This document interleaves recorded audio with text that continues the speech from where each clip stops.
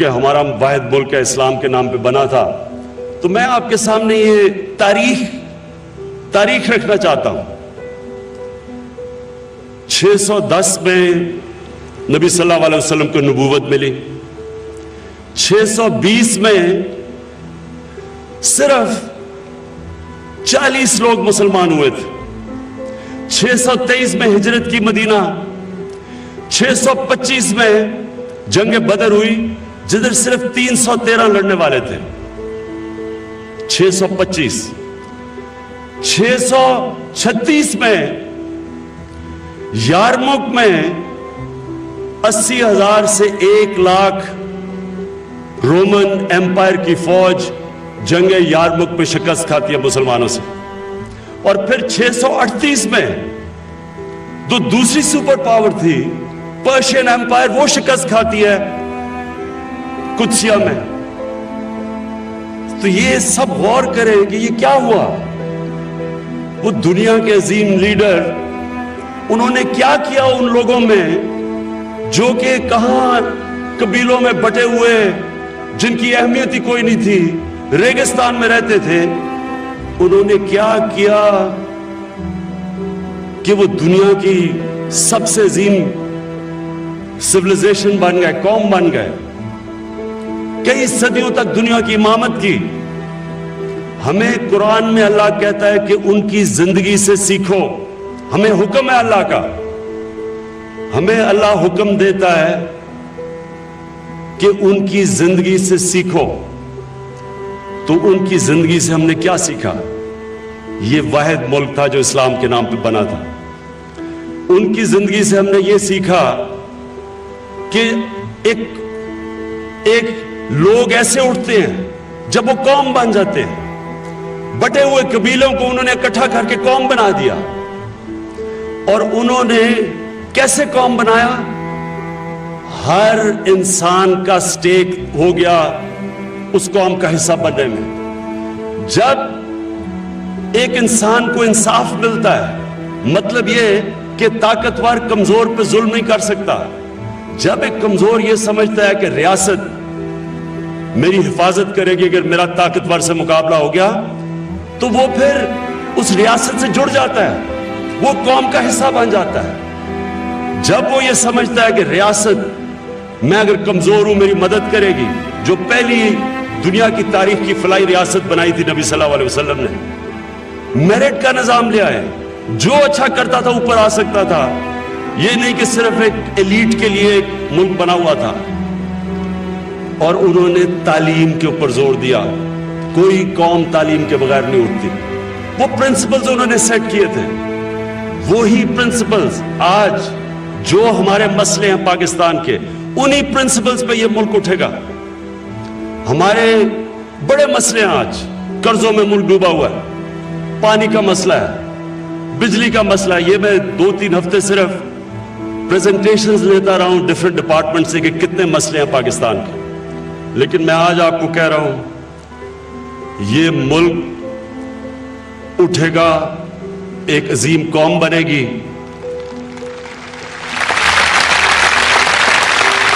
لیکن کب بنے گی؟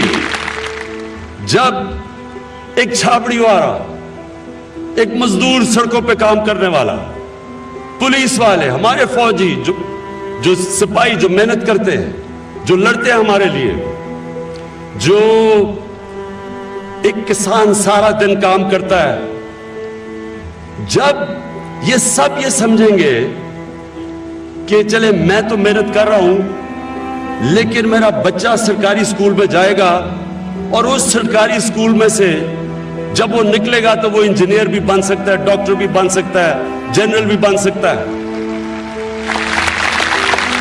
جب وہ مزدور یہ سمجھے گا کہ اگر میرے سے کوئی ظلم کرتا ہے، میرے حقوق نہیں ملتے، تو میں اگر عدالت پہ جاؤں گا مجھے انصاف ملے گا۔ جب یہ کمزور طبقہ یہ سمجھے گا، چھاپڑی والا، کہ اگر میرا بیوی بچے بیمار ہوتے ہیں تو وہ ہسپتال میں جائیں گے، ان کا علاج ہوگا مفت، ان کو پیسے نہیں دینے پڑیں گے۔ وہ یہ سمجھے گا کہ میرا بیٹا اگر محنت کرے گا تو وہ بڑے سے بڑے عہدے پہ پہنچ سکتا ہے،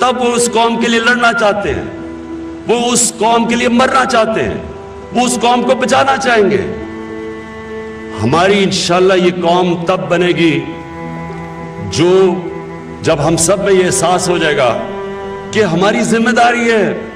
یہ جو 43% بچے جن کی سٹنٹڈ گروتھ ہے کیونکہ ہم ان کو خوراک پوری نہیں ملتی, جب ہم ان کو اپنے بچے سمجھیں گے, جب ہم یہ سمجھیں گے کہ جو مدرسوں میں 24 لاکھ بچے پڑھ رہے ہیں ان کا بھی حق ہے اس ملک میں اوپر آنے کا, جج بننے کا, جنرل بننے کا, یہ بھی اوپر آ سکتے ہیں.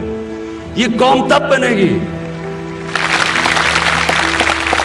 قوم ایسے نہیں بنتی کہ تھوڑے سے لوگ امیر ہو جائیں, پریولیجز ان کی, انگلش میڈیم سکول ان کا, باہر علاج ان کا, اچھی اچھی نوکریاں ان کی, اور نیچے لوگ بچارے محنت کر رہے ہیں, روزگار کے لیے باہر جانا پڑتا ہے. 8,000 بعد پاکستانی جیلوں میں پڑا ہوا ہے کیونکہ وہ بچارے روزگار کے لیے ویزا بھی لیتے ہیں, پھر یعنی انلیگل بارڈر بھی کراس کرتے ہیں, ہر صرف روزگار کے لیے, کیونکہ ہم اپنے ملک میں روزگار ان کو نہیں دے سکتے. تو یہ آج میں آپ سب کو یہ کہنا چاہتا ہوں کہ دیکھیں, ہمارے لیے نبی صلی اللہ علیہ وسلم نے وہ پرنسپلز دے دیے تھے جس سے وہ بٹے ہوئے عرب, ریگستان میں رہنے والے غریب ترین لوگ, ان کو اٹھا کے انہوں نے دنیا کی امامت کروائی. یہ تاریخ کا حصہ ہے, یہ کوئی گریک میتھولوجی نہیں ہے, یہ ہیومن ہسٹری کا حصہ ہے. فال آف دا رومن ایمپائر کے اندر پورا چیپٹر ہے کہ کیسے سرکار مدینہ نے اٹھا کے اور دونوں سپر پاورز کو گرا دیا. یہ تاریخ کا حصہ ہے, اور ہمیں اللہ نے کہا ہے کہ ان کی زندگی سے سیکھو, اور ہم نے ان سے سیکھنا ہے. یہ قوم نے اگر اوپر جانا ہے تو ہم نے سیکھنا ان سے. میں جنرل باجوہ آپ کا آج شکر گزار ہوں, پہلی دفعہ میں ایسی فنکشن پہ آیا ہوں. میں یہ آپ کو کہنا چاہتا ہوں کہ یہ جو ایک متھ بنائی ہوئی ہے سول ملٹری ریلیشن, یہ کوئی جی آپس میں کوئی بڑی کشمکش چل رہی ہے, کوئی ایسا ایشو نہیں ہے. ہم سب کا ایک ہی کامن گول ہے, ہم نے اس ملک کو اٹھانا ہے.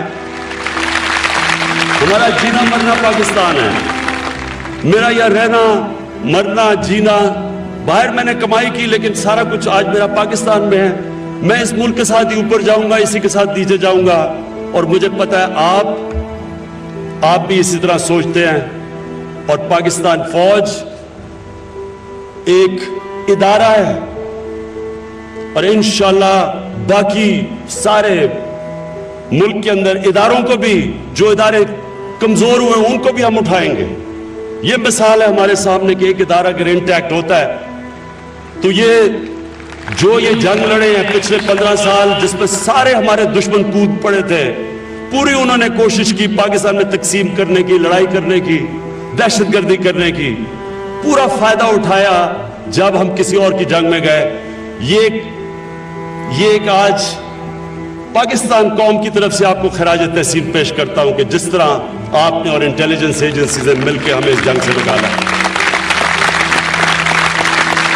میں شہداء کا جو ان کے لواحقین ہیں, میں ان کو ایک صرف آخر میں بات کہنا چاہتا ہوں کہ دیکھیں, ہم جب نماز پڑھتے ہیں تو ہم اللہ سے کہتے ہیں کہ اللہ, ایک ہی چیز مانگتے ہیں اللہ سے کہ اللہ ان کے راستے پہ لگا جن کو تو نے نعمتیں بخشی ہیں. تو نعمتیں تو اللہ نے سب سے پہلے پیغمبروں کو بخشی ہیں, اور پیغمبروں کے بعد جو سب سے بڑا درجہ ہے وہ شہیدوں کا ہے. تو آپ سب کو جنہوں نے اس دور پہ اپنے قریبیوں کو شہید ہوتے دیکھا ہے, تو آپ کو یہ اس چیز کی پورا مطمئن ہونا چاہیے کہ ہم تو آخرت میں ماننے والے ہیں. مسلمان تو ہے ہی وہ جو آخرت میں مانتا ہے. تو آپ سب کو اس چیز پہ